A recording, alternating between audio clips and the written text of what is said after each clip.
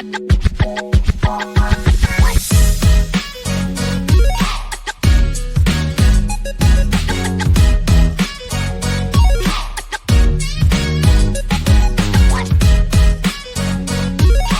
pelajar Pancasila, selamat pagi. Perkenalkan, nama saya Dame Helena Siregar. Saya seorang guru PPKN.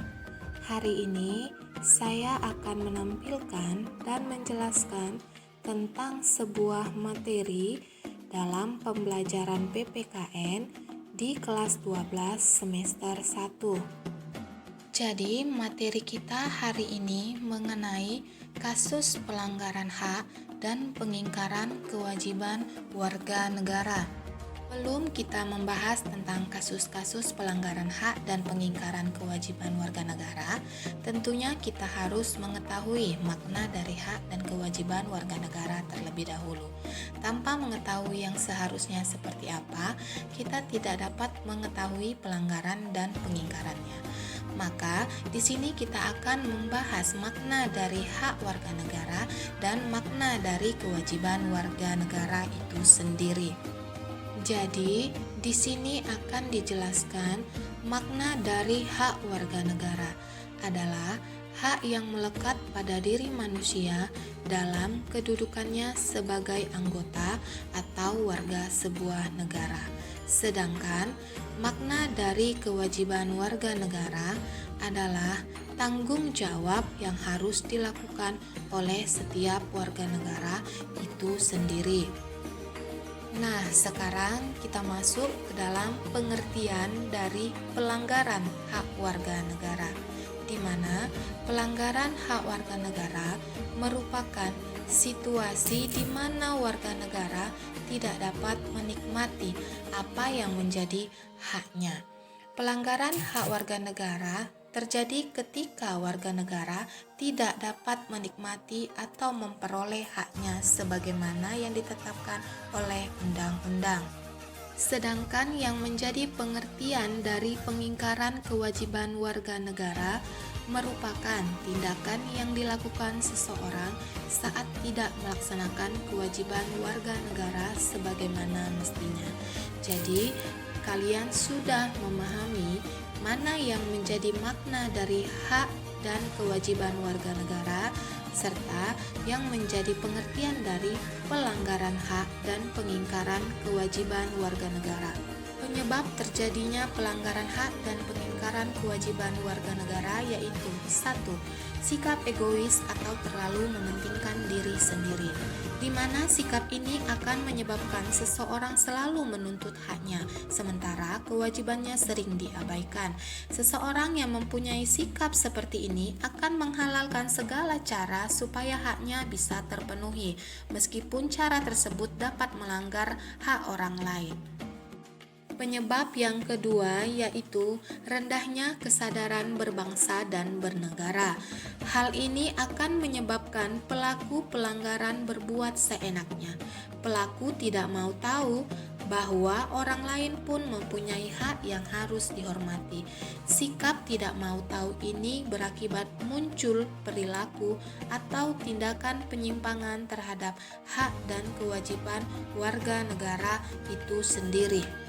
Selanjutnya, yang menjadi penyebab yang ketiga yaitu sikap tidak toleran, di mana sikap ini akan menyebabkan munculnya saling tidak menghargai dan tidak menghormati atas kedudukan atau keberadaan orang lain. Sikap inilah pada akhirnya akan mendorong orang untuk melakukan pelanggaran kepada orang lain yang ada di sekitarnya. Selanjutnya, penyebab yang keempat yaitu penyalahgunaan kekuasaan. Di dalam masyarakat terdapat banyak sekali kekuasaan yang berlaku dan tidak semua orang menggunakan kekuasaannya di tempat yang tepat. Kekuasaan di sini tidak hanya menunjuk pada kekuasaan pemerintah, tetapi juga bentuk-bentuk kekuasaan lain yang terdapat di dalam masyarakat. Yang kelima, ketidaktegasan aparat penegak hukum. Aparat penegak hukum yang tidak bertindak tegas terhadap setiap pelanggaran hak dan pengingkaran kewajiban warga negara tentu saja akan mendorong timbulnya pelanggaran lainnya. Penyelesaian kasus pelanggaran yang tidak tuntas akan menjadi pemicu bagi munculnya kasus-kasus lain. Para pelaku cenderung mengulangi perbuatannya dikarenakan mereka tidak menerima sanksi yang tegas atas perbuatannya itu. Dan yang terakhir, yang keenam, penyalahgunaan teknologi, di mana kemajuan teknologi sekarang ini dapat memberikan pengaruh yang positif, tetapi bisa juga memberikan pengaruh yang negatif pula. Bahkan, dapat memicu timbulnya kejahatan seperti peretasan, penculikan, yang dilakukan melalui media sosial, Facebook, Twitter, Telegram, dan lain sebagainya. Nah, sekarang kita akan membahas tentang kasus-kasus pelanggaran hak warga negara. Contoh kasus pelanggaran hak warga negara yang pertama adalah proses penegakan hukum masih belum optimal dilakukan. Misalnya, masih terjadi kasus salah tangkap. Perbedaan perlakuan oknum aparat penegak hukum terhadap para pelanggar hukum dengan dasar kekayaan atau jabatan masih terjadi, dan sebagainya. Contoh kasus pelanggaran hak warga negara yang kedua adalah tingkat kemiskinan dan angka pengangguran yang cukup tinggi. Saat ini tingkat kemiskinan dan angka pengangguran di negara kita masih cukup tinggi.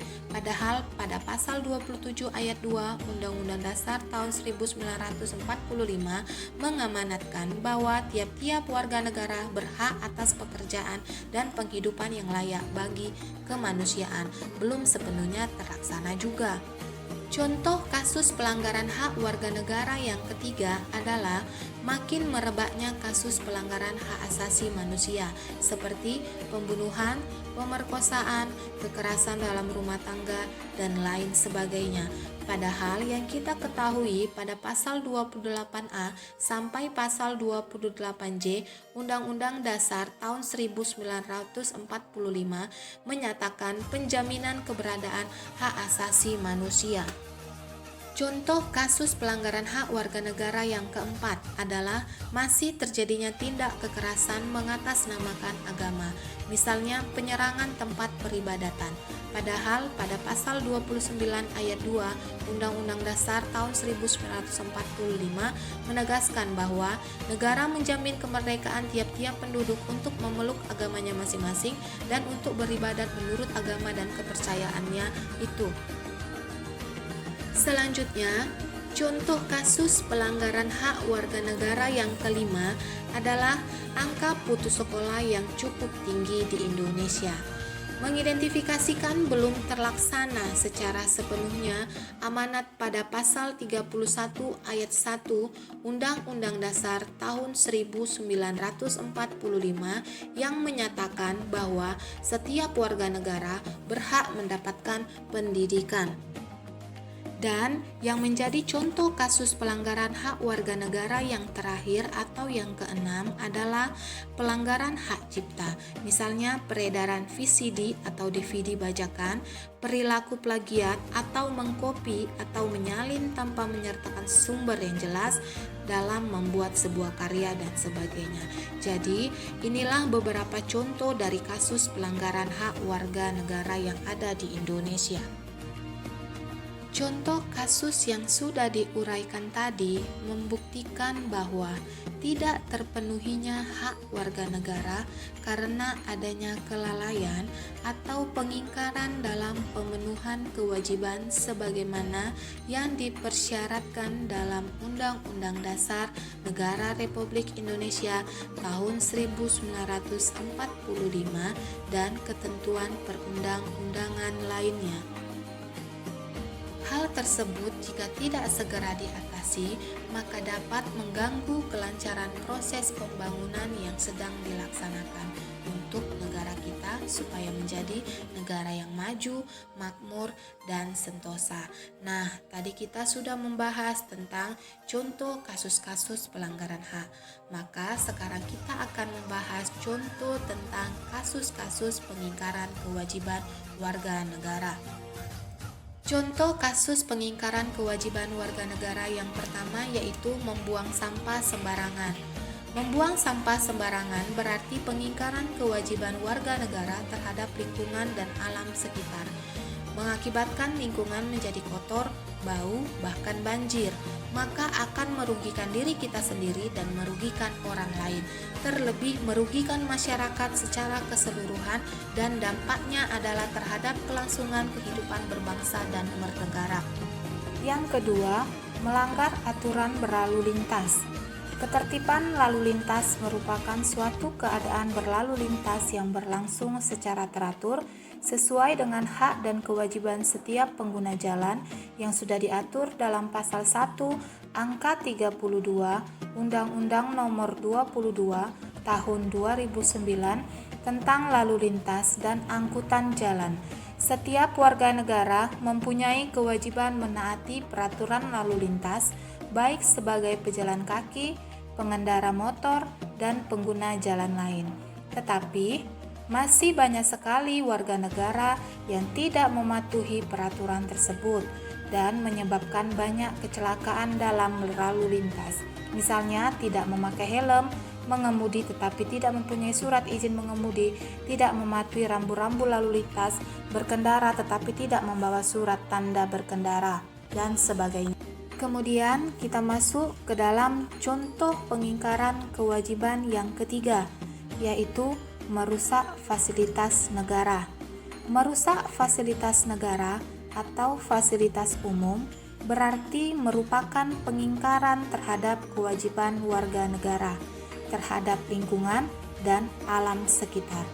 Padahal lingkungan dan alam sekitar tersebut sangat bermanfaat bagi kita dan bagi manusia.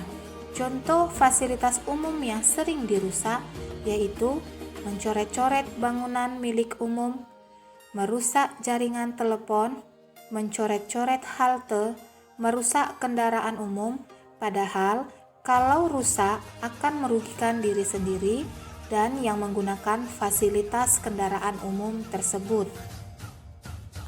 Contoh pengingkaran kewajiban yang keempat yaitu tidak membayar pajak.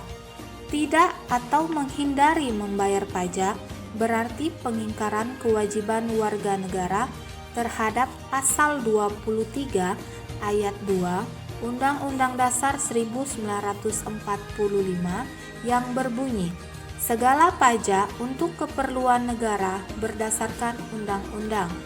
Pengingkaran terhadap pajak hampir dilakukan oleh seluruh warga negara tanpa terkecuali, mulai dari pajak kendaraan, pajak bumi dan bangunan, pajak penghasilan, pajak penjualan, dan lain-lain.